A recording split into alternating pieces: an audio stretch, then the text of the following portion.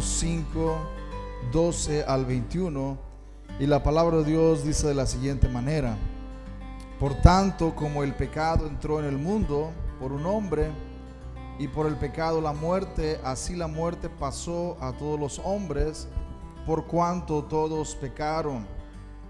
Pues antes de la ley había pecado en el mundo, pero donde no hay ley no se inculpa de pecado.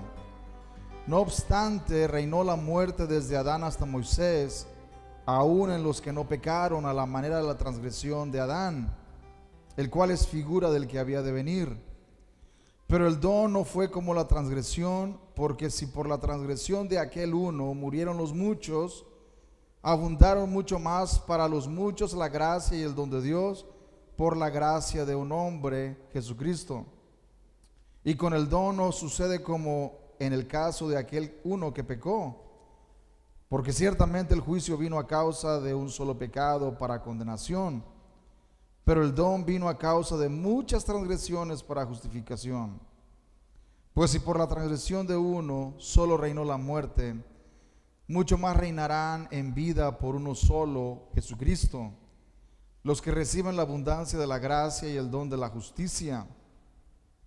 Así que, como por la transgresión de uno vino la condenación a todos los hombres, de la misma manera, por la justicia de uno vino a todos los hombres la justificación de vida. Porque así como por la desobediencia de un hombre los muchos fueron constituidos pecadores, así también por la obediencia de uno los muchos serán constituidos justos. Pero la ley se introdujo para que el pecado abundase. Más cuando el pecado abundó, sobreabundó la gracia. Para que así como el pecado reinó para muerte, así también la gracia reine por la justicia para vida eterna mediante Jesucristo, Señor nuestro. Bien, hermanos, vamos a continuar en esta mañana con la serie que estamos llevando sobre lo que significa la fe reformada, o los distintivos de la fe reformada, que inició en el siglo XVI con los reformadores que ustedes ya han escuchado, quienes fueron Martín Lutero, por ejemplo, Juan Calvino, quienes fueron los principales reformadores en el siglo XVI. Y después de la reforma protestante, hermanos, se suscitó una controversia o un debate entre los mismos evangélicos o los mismos protestantes, y esa controversia tenía que ver con la predestinación. En realidad ese era el punto de la contención. ¿A quiénes Dios predestina para salvación? ¿A quiénes? Hubo un hombre llamado Jacobo Arminio que él dijo: Dios predestina para salvación a aquellos que ven en el futuro que van a creer en Cristo. Y aquellos que Él ve en el futuro que van a creer, entonces Él los elige, los escoge y los predestina para salvación. Sin embargo, otro grupo, hermanos, los calvinistas o seguidores de Juan Calvino, enseñaban que no era esa la manera como Dios escogía, debido a que nadie escoge a Dios o busca a Dios por sus propias fuerzas o iniciativa, y debido al pecado de la raza humana, nadie en realidad viene a buscar a Dios para poder ser salvo. Debido a eso, Dios tiene que hacer una obra de gracia en el corazón para que la persona pueda responder positivamente al Evangelio. Si el Espíritu Santo no hace esa obra de gracia en el corazón, el pecador simplemente no buscaría a Cristo y no respondería de manera positiva al Evangelio. Así que el grupo conocido como los arminianos, hermanos, hicieron 5 artículos o 5 puntos que ya estuvimos viendo el domingo anterior, donde ellos protestaron y dijeron: bueno, nosotros creemos que la elección es condicional en base a lo que el pecador hace, entonces Dios lo elige para salvación. Creemos, dicen ellos, que la expiación es universal, o sea que Cristo murió por todos y cada uno de los seres humanos. y creemos en la depravación parcial. O sea, el ser humano cayó en pecado, pero todavía existe algo en él que le capacita para decir sí al evangelio. O sea, la última palabra en la salvación no la tiene Dios, la tiene el pecador. Eso ya lo vimos también. Como el pecador, hermanos, muchos dicen, Dios hace el 99%, pero tú tienes que hacer el 1%. No es así, hermanos. O Dios lo hace todo, el 100%, o el pecador sigue muerto en sus delitos y pecados. Esto lo voy a hablar un poquito más después. Así que la depravación no es parcial, es total. El ser humano, hermano, no se encuentra enfermo, se encuentra muerto en sus delitos y pecados. Y ellos decían que la gracia era resistible, que se podía resistir al Espíritu Santo. Y el número 5, que la perseverancia era condicional, que una persona, un cristiano que había sido perdonado, finalmente podía ser mandado al infierno debido a que terminaba apostatando de la fe, negando a Cristo y por lo tanto perderse para siempre. Así que estos 5 artículos o 5 puntos ellos los expusieron y, hermanos, los calvinistas respondieron con otros 5 puntos. Y en el 1611 el príncipe Mauricio de Orange llamó a 6 representantes de cada uno de los lados, o sea, 6 de los arminianos y 6 de los calvinistas, para que presentaran sus respectivos puntos de vista, lo cual tuvo una duración de 2 meses y medio en la ciudad de Hague, Holanda. Aunque por su mayor parte la exposición del arminianismo era una caricatura del calvinismo, los calvinistas rechazaron la idea de que es Dios quien últimamente causa el pecado y la incredulidad en los seres humanos. Hermanos, quiero decirles que los arminianos en realidad atacaban a los calvinistas diciendo que ellos enseñan que Dios activamente causa la incredulidad en el ser humano y que incluso Dios es el autor del pecado. Y los calvinistas decían, no es así, tienen que entender lo que estamos enseñando. ¿Por qué están haciendo caricaturas de lo que creemos? No es justo, no es correcto que digan que nosotros creemos tal cosa. El ser humano, debido a que ha caído en pecado, se encuentra muerto en delitos y pecados. Y si Dios no actúa eficazmente, el ser humano sigue muerto en sus pecados. Eso es todo lo que decimos, que Dios tiene que actuar eficazmente. Si Dios no actúa, el ser humano no responde. Esa conferencia en Hague no trajo ninguna resolución a la controversia arminiana, hasta que en el año de 1618 se convocó a un sínodo nacional en donde una asamblea sería la responsable de hacer una decisión oficial respecto a las doctrinas y enseñanzas de los cristianos arminianos o remonstrantes, como también se les conocía. Después de 4 meses de estar elaborando y abordando el tema, los 15 representantes del lado arminiano fueron encontrados culpables de herejía. Las enseñanzas, hermanos, del arminianismo tradicionalmente se han considerado como algo antibíblico, como algo que no encuentra apoyo escritural. Déjenme decirles que en el siglo XVI, hermanos, se castigaba con la muerte la herejía, y algunos cristianos arminianos fueron mandados a la muerte debido a las enseñanzas que estaban haciendo. El día de hoy no hay tal cosa, ¿verdad? Una persona puede creer lo más horrendo que pueda parecer y sin embargo no se castiga la herejía o la falsa doctrina con la muerte. Pero hermanos, si algunos hubieran vivido en el siglo XVI y enseñando falsa doctrina, hubieran terminado decapitados o hubieran terminado, ¿verdad?, muertos, porque la herejía se castigaba con la muerte. Y los que así enseñaban, hermanos, ellos decían: una persona que mata a otro le quita la vida físicamente y merece morir también.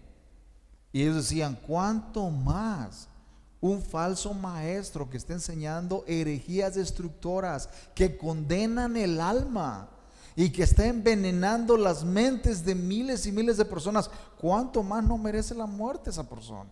Así ellos racionalizaban, y por eso ellos decían: todo aquel que enseña falsa doctrina y falsa enseñanza es digno de muerte, debido a que no se puede tolerar ni permitir que la falsa doctrina se siga expandiendo. El problema, hermanos, es de que, como ustedes saben, la historia muestra que hubo abusos tremendos en ese sentido.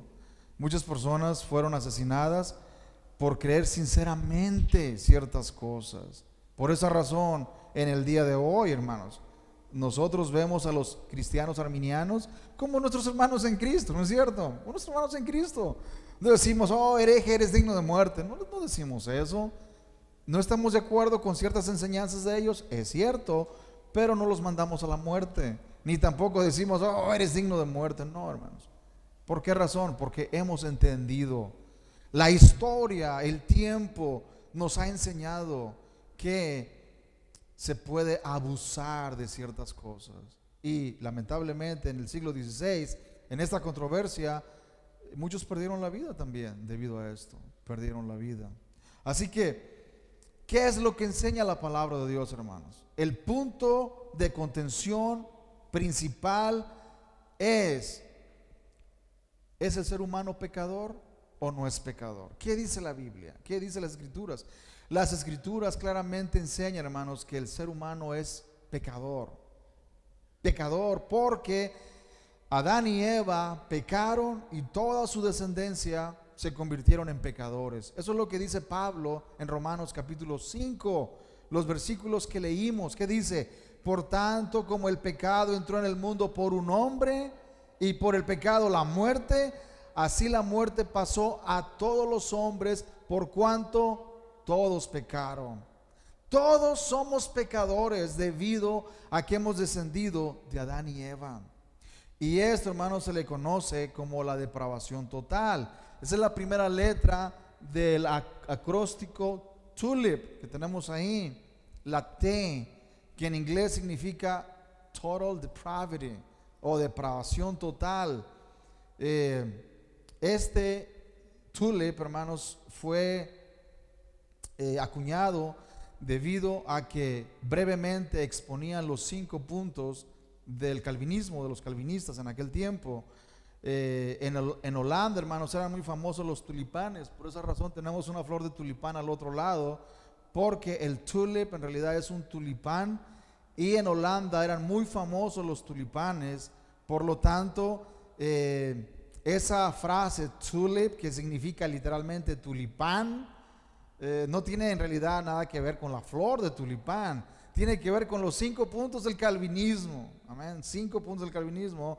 De ahí ellos basaron esa palabra tulip para hablar primero de la depravación total o total depravity, que es que el ser humano está completamente en pecado. Hay otros que dicen corrupción radical, porque el pecado, hermanos, ha infectado todo nuestro ser, nuestra alma, nuestro cuerpo, nuestros pensamientos, nuestras emociones, todo lo que somos se encuentra corrompido y manchado por el pecado. El pecado ha invadido cada célula de nuestro cuerpo, hermanos. Fíjense bien esto. El pecado ha invadido cada célula de nuestro cuerpo, y por lo tanto somos pecadores. Y como pecadores, dice la Biblia que estamos destituidos de la gloria de Dios. Destituidos. Por cuanto todos pecaron, dice Pablo. Romanos 3:23. Por cuanto todos pecaron y están destituidos de la gloria de Dios. Así que el pecado nos ha destituido de la gloria de Dios. El domingo pasado vimos que la controversia de Pelagio y Agustín fue clave para esto, porque Pelagio decía que los seres humanos nacen en este mundo inocentes, siendo niños inocentes, y que ellos se convierten en pecadores cuando ellos comienzan a pecar. Agustín dijo todo lo contrario. Basado en lo que Pablo dice, Agustín decía: no, el ser humano es un pecador porque ha nacido en pecado, y peca porque ya es un pecador. Así que, basado en lo que las Escrituras dicen, el ser humano nace en pecado. Traemos el pecado original de Adán y Eva. Hemos nacido en pecado y por lo tanto, cuando vamos creciendo, solo manifestamos, hermanos, lo que somos, pecadores. Así como un árbol, hermanos, que está dañado, cuya raíz está podrida, ¿qué fruto va a dar ese árbol? ¿Bueno o malo? Malo. El fruto va a ser un fruto podrido, un fruto dañado, con gusanos, ¿no es cierto?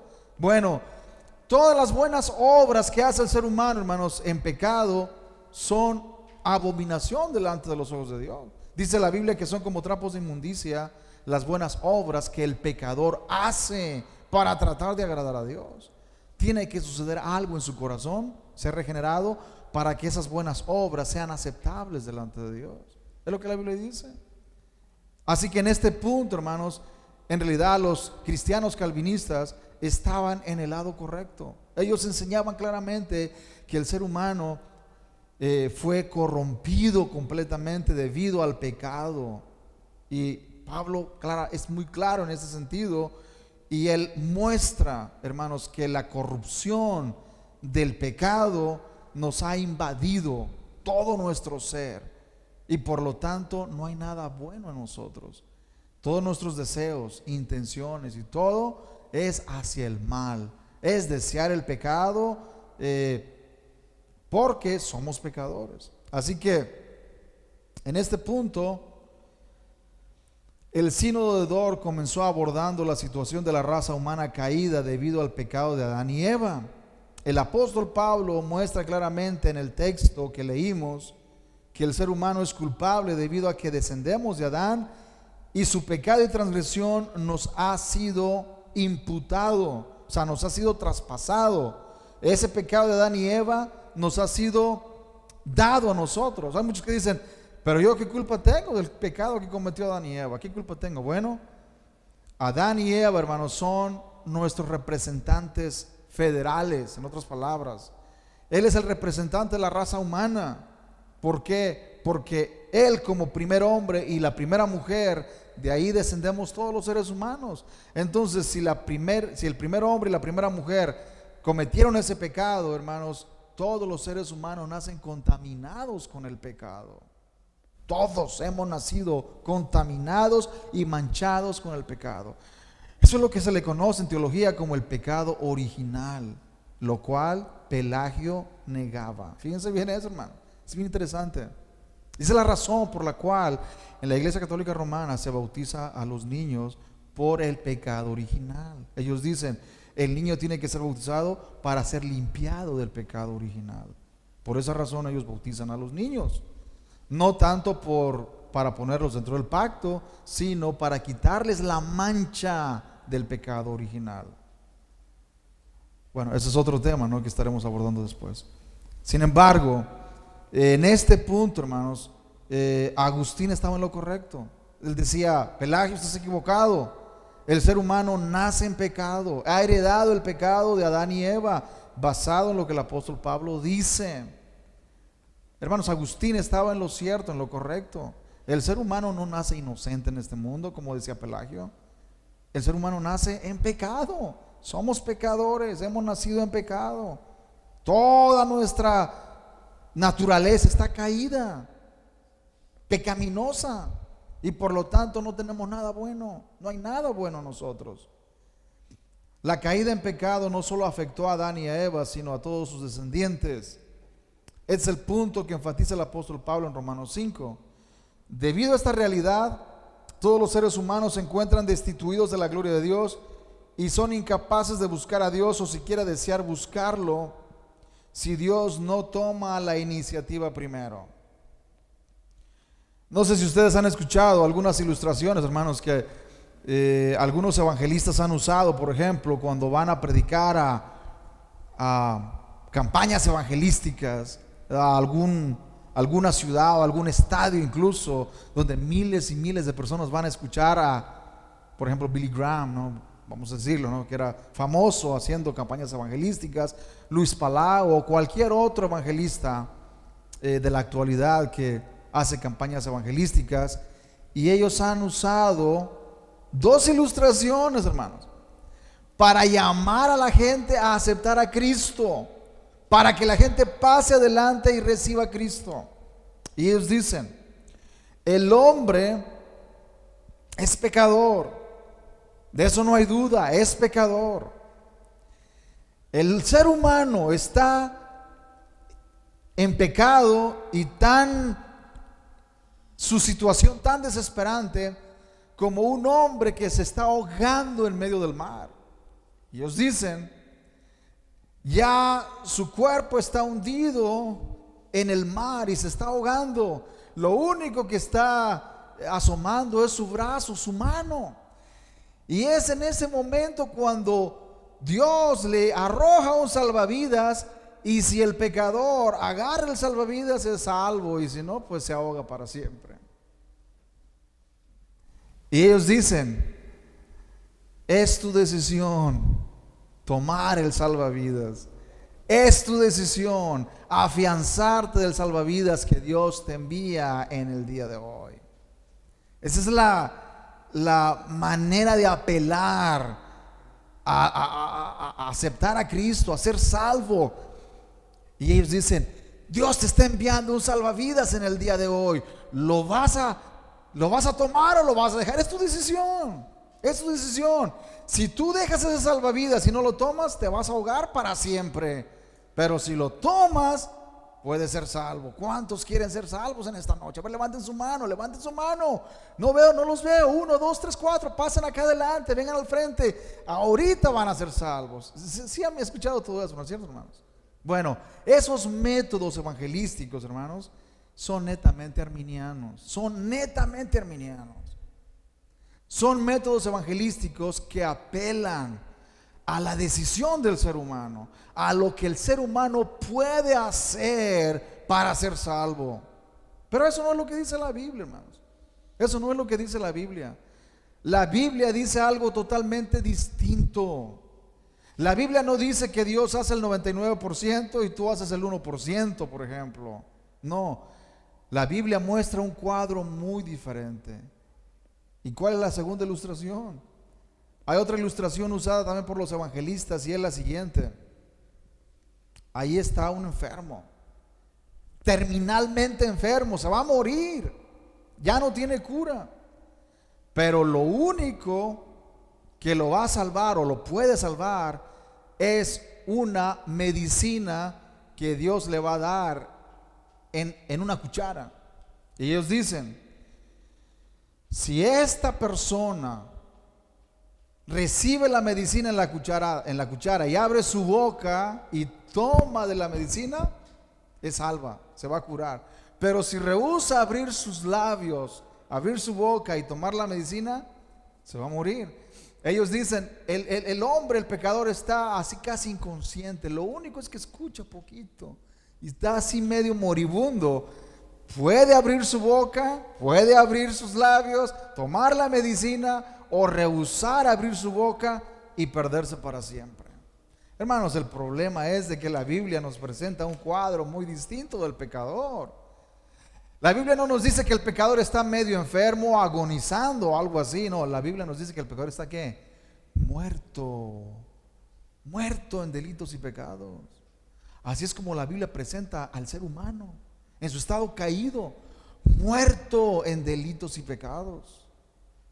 Veamos, hermanos, cómo el apóstol Pablo lo presenta en Efesios capítulo 2, versículo 1 al versículo, voy a leer hasta el versículo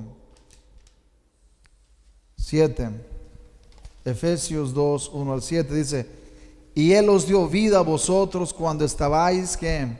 Muertos en vuestros delitos y pecados, en los cuales anduvisteis en otro tiempo, siguiendo la corriente de este mundo, conforme al príncipe de la potestad del aire, el espíritu que ahora opera en los hijos de desobediencia, entre los cuales también todos nosotros vivimos en otro tiempo, en los deseos de nuestra carne, haciendo la voluntad de la carne y de los pensamientos, y éramos por naturaleza hijos de ira, lo mismo que los demás.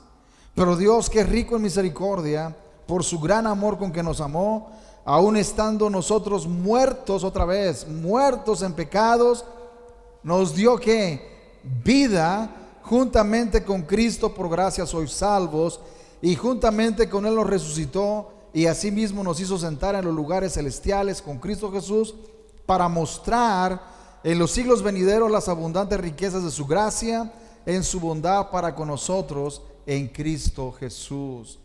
Notemos bien, hermanos, cómo el apóstol Pablo no dice que el ser humano está enfermo, que está agonizando, que está medio muerto. ¿Qué dice? Que está muerto en delitos y pecados. Hermanos, es cierto, esta muerte no es física, esta muerte es espiritual. Pablo no está hablando de una muerte física, él está hablando de una muerte espiritual, de que todos los seres humanos que nacemos en este mundo, espiritualmente nacemos muertos, espiritualmente muertos. Tenemos vida física, pero si no hemos sido regenerados por el Espíritu Santo, hermanos, estamos muertos en delitos y pecados. O sea, usando el ejemplo de los evangelistas, si usáramos esos ejemplos, debido a lo que Pablo dice, hermanos, entonces diríamos que el ser humano no se está medio ahogando ahí, no está ahí tratando de a ver quién me lanza un salvavidas o una soga para salir. No. El pecador no se está ahogando ahí. No, hermanos, el pecador está ahogado, muerto en el fondo del mar. Así se encuentra el pecador en su estado caído, muerto, ya ahogado en el fondo del mar. Y no importa cuántos salvavidas le mandes o cuántas sogas le des, no va a suceder nada. Si Dios no obra en él, si el Espíritu Santo no obra, ese pecador va a continuar muerto en el fondo del mar. Y lo que el calvinista dice, hermanos, es que la salvación, la manera como opera la salvación en ese pecador muerto, es que el Espíritu Santo desciende al fondo del mar, le da vida a ese pecador muerto y lo lleva a la superficie, y entonces ya ese pecador puede nadar hacia la orilla. Si no sucede eso, hermanos, el pecador no puede nadar, la persona no puede nadar hacia la orilla. Ahí va a permanecer muerto en el fondo del mar porque está muerto. No hay nada que le haga poder salir de ahí, hermanos, de esa condición en que se encuentra. Y la segunda ilustración, hermanos, el calvinista dice, no, espérate. No es que el ser humano se encuentre como en una situación de casi coma o una situación de enfermedad agonizante y lo único que puede hacer la persona es abrir su boca. No es así. Esa persona se encuentra muerta y se encuentra en la morgue y ya tiene varios días muerto allá. Así está el ser humano desde el punto de vista bíblico, en la morgue, muerto completamente. Ya no hay medicina, hermanos, que pueda ayudarle. No hay jarabe, no hay pastillas, no hay inyecciones, no hay nada que pueda volverlo a la vida. Pero cuando el Espíritu Santo viene y levanta a ese muerto, esa persona, hermano, sale caminando de la morgue. Eso es lo que es la salvación. Eso es lo que el Espíritu Santo hace. El Espíritu Santo, hermano, no es que si lo intenta, es que voy a intentarlo a ver si puedo tener éxito en salvar a esta persona. No, hermano, el Espíritu Santo lo hace verdaderamente. Y estas dos ilustraciones muestran la clara diferencia, hermanos, entre la comprensión arminiana y la comprensión calvinista. ¿De qué manera el pecador está? ¿Cómo se encuentra el pecador? ¿Medio enfermo o enfermo, agonizante, o está muerto? La Biblia dice que está muerto. Muerto completamente, espiritualmente muerto. El Espíritu Santo tiene que obrar en él, en su vida, en su corazón. De lo contrario, ese pecador continuará muerto en sus delitos y pecados. Ahora bien, ¿qué es lo que dijo Cristo, hermanos? ¿De qué lado se puso Cristo? ¿Del lado de los arminianos o del lado de los calvinistas? Vayamos a Juan. Juan capítulo 6, versículo 44. Porque tal vez alguien pueda pensar, bueno, pero es que Pablo pues no era Cristo. Pablo era Pablo, es cierto, un apóstol, pero Pablo no era Cristo. Vamos a ver qué dijo Cristo, hermanos, en ese sentido. Juan capítulo 6, versículo 44. Juan 6, 44. Veamos lo que dice. Cristo les dijo, versículo 43 y luego el 44, dice el 43. Jesús respondió y les dijo, no murmuréis entre vosotros. Ninguno puede venir a mí si el Padre que me envió no le trajere, y yo le resucitaré en el día postrero. Hermanos, en este versículo claramente Cristo se puso al lado de los calvinistas, porque cuando Él dijo, ninguno puede venir a mí si el Padre que me envió no lo trae, muestra claramente, hermanos, que ninguno es que ninguno. No dijo algunos no pueden venir a mí. Él dijo ninguno puede venir a mí. Esa palabra puede es muy importante también, hermanos, porque esa palabra puede significa capacidad o habilidad. En otras palabras, Jesucristo dijo que ninguno tiene la capacidad de venir a Él por su propia cuenta. El Padre tiene que traerlo a Cristo. El Padre tiene que traer al pecador a Cristo para que ese pecador pueda venir. Si el Padre no trae a Cristo a ese pecador, el pecador simplemente no viene a Cristo, no va a venir. Y si no viene a Cristo, hermanos, no va a ser salvo. No hay manera que sea salvo. Por lo tanto, Cristo claramente muestra, hermanos, también lo profundo de la corrupción del pecado. El pecado nos ha dañado, el pecado nos ha infectado tanto que somos incapaces de venir a Cristo. Somos incapaces. No podemos venir a Él. Si el Padre no nos trae, si el Espíritu Santo no hace una obra de gracia, nosotros simplemente no podemos venir a Cristo. Eso es tremendo, hermanos. Porque no es una incapacidad física, no. Todos caminamos, ¿no es cierto? Todos podemos ver, escuchamos, hablamos. No, la incapacidad no es física. La incapacidad es espiritual. No tiene nada que ver con lo físico. Todas las personas pueden moverse, pueden caminar, pueden hablar y pueden escuchar. El problema no es ese. El problema es incapacidad espiritual. Las personas, debido al pecado, a la caída en pecado, son incapaces de venir a Cristo por sí mismos. Son incapaces. No es que Dios hace el 99% y el ser humano hace el 1%. No, ese 1% tampoco puede hacer el ser humano, hermanos. Esa es la verdad. Ese 1% no lo puede hacer el ser humano. Tiene que el Señor hacer el 100%. Dar vida espiritual, restaurar la voluntad esclavizada. Y una vez cuando el Espíritu Santo da vida y restaura la voluntad que estaba esclavizada, entonces podemos venir a Cristo. Entonces podemos clamar por misericordia. Antes no podemos, hermanos. No tenemos la capacidad. Estamos incapaces de creer en Cristo. Somos incapaces. Pero el Espíritu Santo lo hace de manera eficaz. Y esto es lo que estaremos viendo en los domingos siguientes. Pongámonos de pie esta mañana.